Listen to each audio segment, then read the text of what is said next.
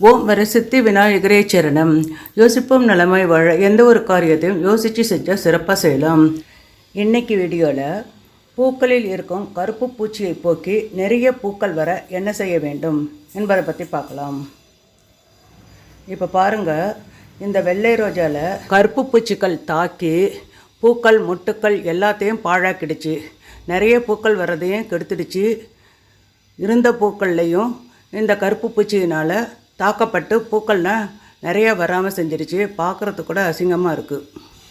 இதையெல்லாம் போக்கினா தான் பூக்கள் செழுமையாக இருக்கும், பெரிய பெரிய பூக்களாக அழகாக பூக்கும், நிறைய பூக்கள் வரும். இங்கே பாருங்கள், பூச்சிகளின் தாக்கத்தினால இந்த ரோஜா செடிகளுடைய இலைகள் எல்லாம் சுருண்டு சின்ன சின்னதாக காணப்படுது. இதெல்லாம் சரி பண்ணணும். பூக்களும் நிறையா பூக்கணும், இலைகளும் செழுமையாக இருக்கணும். அதுக்கு இயற்கை முறையில் ஒரு திரவம் தயார் பண்ணிக்கலாம். அதை ஒரு 10-15 நாட்களுக்கு ஒரு முறை பயன்படுத்தினாக்க செழுமையாக பூக்கள் வரும், இலைகளும் நல்லா இருக்கும். இதை சரியாக கடைப்பிடிச்சாக்கா கருப்பு பூச்சிகள் வெள்ளை பூச்சிகள் எல்லாத்தையுமே ஒழிச்சிடலாம். பூக்கள் அழகாக காணப்படும், நிறைய பூக்கள் வரும். வாங்க அது எப்படி செய்யலாம் என்பதை பற்றி பார்க்கலாம். அதுக்கு சுலபமான வழி சொல்கிறேன். காசே செலவு பண்ண வேண்டியதில்லை, கொஞ்ச நாழி வேலை தான். இப்போ வெயில் காலமாக இருக்கிறதுனால எலுமிச்சம்பழம் வாங்கிட்டு வாங்க, அதை ஜூஸ் பண்ணி குடிச்சிடுங்க. தோல் மாத்திரம் வச்சுங்க, தோலை தூக்கி போட வேணாம், அதை சின்ன சின்னதாக கட் பண்ணி வச்சுங்க. வெயில் காலத்தில் சாப்பிட்றதுக்கு நீர்ப்பழங்கள் ரொம்ப நல்லது உடம்புக்கு.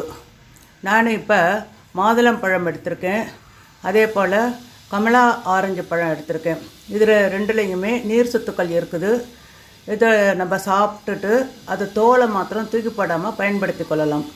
கமலா ஆரஞ்சு பழத்தோலையும் மாதுளம்பழத்தோலையும் சின்ன சின்னதாக கட் பண்ணி வச்சுங்க.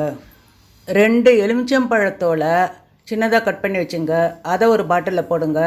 இப்போ கட் பண்ணி வச்சுருந்த மாதுளம்பழத்தோல் கமலா ஆரஞ்சு பழத்தோல் எல்லாத்தையுமே பாட்டிலில் போட்டு தண்ணி ஊற்றி மூடி வச்சுருக்கு. பாட்டில் பூர்த்தியாக தண்ணி ஊற்றிடுங்க, ஃபுல்லாக மூடி வச்சுடுங்க. 2 நாள் வரைக்கும் திறக்கவே வேண்டியதில்லை. 2 நாள் இருக்கலாம், இல்லை 3 நாள் கூட இருக்கலாம். 3 நாள் பிறகு பாட்டிலை திறந்து அப்படியே வச்சுடுங்க. நீங்கள் கொஞ்சம் தூரமாக நின்றுடுங்க. ஒரு 10 நிமிஷம் கழித்து நம்ம அந்த தண்ணியை வடகட்டிட்டு அதோட ஒரு 2 மடங்கு தண்ணி சேர்த்து செடிகளுக்கெல்லாம் பயன்படுத்திக்கலாம். முதல்ல நான் பாட்டிலில் இருந்த திரவத்தை வடகட்டிக்கிட்டேன். வடகட்டின பிறகு அதில் 2 மடங்கு தண்ணி ஊற்றினேன். சிட்ரிக் ஆசிடெல்லாம் சேர்ந்துருக்கு. நல்ல ஃபார்ம் ஆகி குட் வைரஸ் உற்பத்தி ஆகி செடிகளில் இருக்கிற பூச்சிகளெல்லாம் கொள்ளிடும். ரொம்ப நல்லா வேலை செய்யுது. இந்த பாட்டிலில் ஊற்றி ஸ்ப்ரேயர் மாதிரி நம்ம பயன்படுத்திக்கலாம்.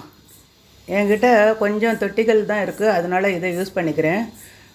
உங்கள் வீட்டில் நிறைய தொட்டிகள்லாம் இருந்து இல்லை லேண்டு ப்ளஸ் இருந்தாக்கா நீங்கள் ஸ்ப்ரேயர் வாங்கி யூஸ் பண்ணிங்க. இதில் மொட்டுக்கள் இருக்கிற இடத்துல எல்லாம் பூக்கள் இருக்கிற இடத்துலலாம் எங்கெங்கே பூச்சிகள்லாம் இருக்கோ அந்த இடத்துல எல்லாம் நிறையா இந்த தண்ணி விழுகிற மாதிரி கவிழ்த்து பிடிச்சிங்க. அது சொட்டு சொட்டாக தண்ணி விழும், நல்லா எல்லா இடத்துலையும் பரவும். இல்லை குலுக்கி வேணாலும் விடுங்க, கொஞ்சம் ப்ரெஸ் பண்ணி வேணாலும் பண்ணலாம், நம்ம இஷ்டம். ப்ரெஸ் பண்ணோன்னாக்கா நிறைய தண்ணியெல்லாம் விழும் இந்த லிக்விடு தண்ணி. இப்போ இலைகளெல்லாம் பூச்சிகள்லாம் இருந்துச்சுல்ல, அதனால தானே இலைகள்லாம் சுருண்டு போயிருக்கு. அங்கெல்லாம் தெளிக்கலாம். மொட்டுக்கள் இருக்கிற இடத்துல பூக்கள் இருக்கிற இடத்துல எல்லா இடத்துலையும் தெளிக்கலாம். அதுக்கப்புறம் மீதி இருக்கிற தண்ணியை வேர்களுக்கெல்லாம் படும் மாதிரி ஊற்றிடணும். இந்த மாதிரி ஒரு 10 நாள் 15 நாளுக்கு ஒரு முறை செஞ்சால் பூக்கள் நல்லா செழித்து வரும், பெரிய பெரிய பூக்களாக வரும், பார்க்குறதுக்கும் அழகாக இருக்கும், நிறைய பூக்கள் வரும். இது பூக்களுக்கு மாத்திரம் இல்லை, காய்கறி செடிகள் பழங்கள் செடிகள் இதுக்கெல்லாம் கூட நம்ம பயன்படுத்தி கொள்ளலாம். செடிகள் செழித்து வளரும், நிறைய பலன் தரும்.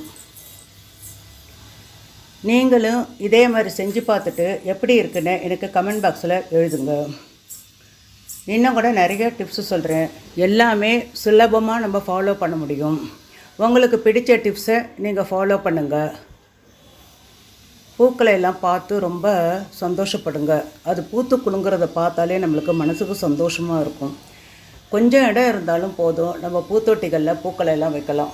சாமந்தி பூ, ரோஜா பூக்கள்லே நிறைய வெரைட்டிஸ் இருக்குது. அதே மாதிரி சாமந்தி பூக்களில் நிறைய வெரைட்டிஸ் இருக்குது.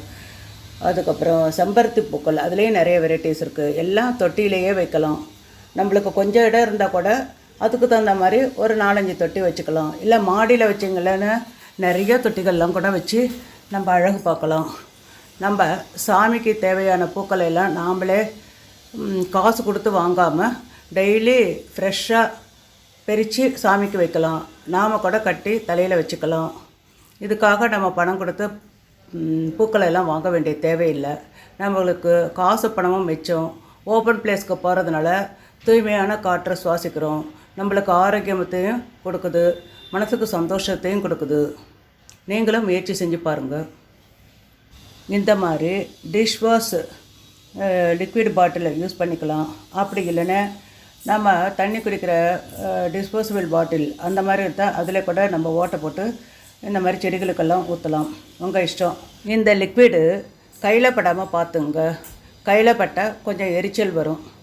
அப்படி கையில் பட்டாலும் நீங்கள் கை வாஷ் பண்ணிக்கிடுங்க. கொஞ்சம் நேரத்துலேயே எரிச்சல்லாம் போயிடும். பயப்பட வேண்டிய தேவையெல்லாம் இல்லை. எல்லாமே இயற்கை முறையில் தயாரிக்கப்பட்டது தான். நாம் சாப்பிட்டுட்டு தூக்கி போடுற தோல் தான், வேறு எதுவுமே இல்லை. அதே மாதிரி நாம் சாதம் வைக்கிறதுக்காக அரிசி எடுப்போம்ல, அந்த அரிசியை கழுவின பிறகு அந்த தண்ணியை தூக்கி போடாமல் அதை செடிகளுக்கெல்லாம் ஊற்றலாம். அதை பற்றி கூட நான் விரிவாக உங்களுக்கு சொல்கிறேன். அடுத்த வீடியோவில் சொல்கிறேன். நீங்கள் கேளுங்க, பாருங்கள் வீடியோவையும். சாதாரணமாக அரிசி கழுவின தண்ணியை பயன்படுத்தலாம். அதை விட இன்னும் நல்ல பலன் கிடைக்கிறதுக்கு வேறு விதமாக செய்யலாம்.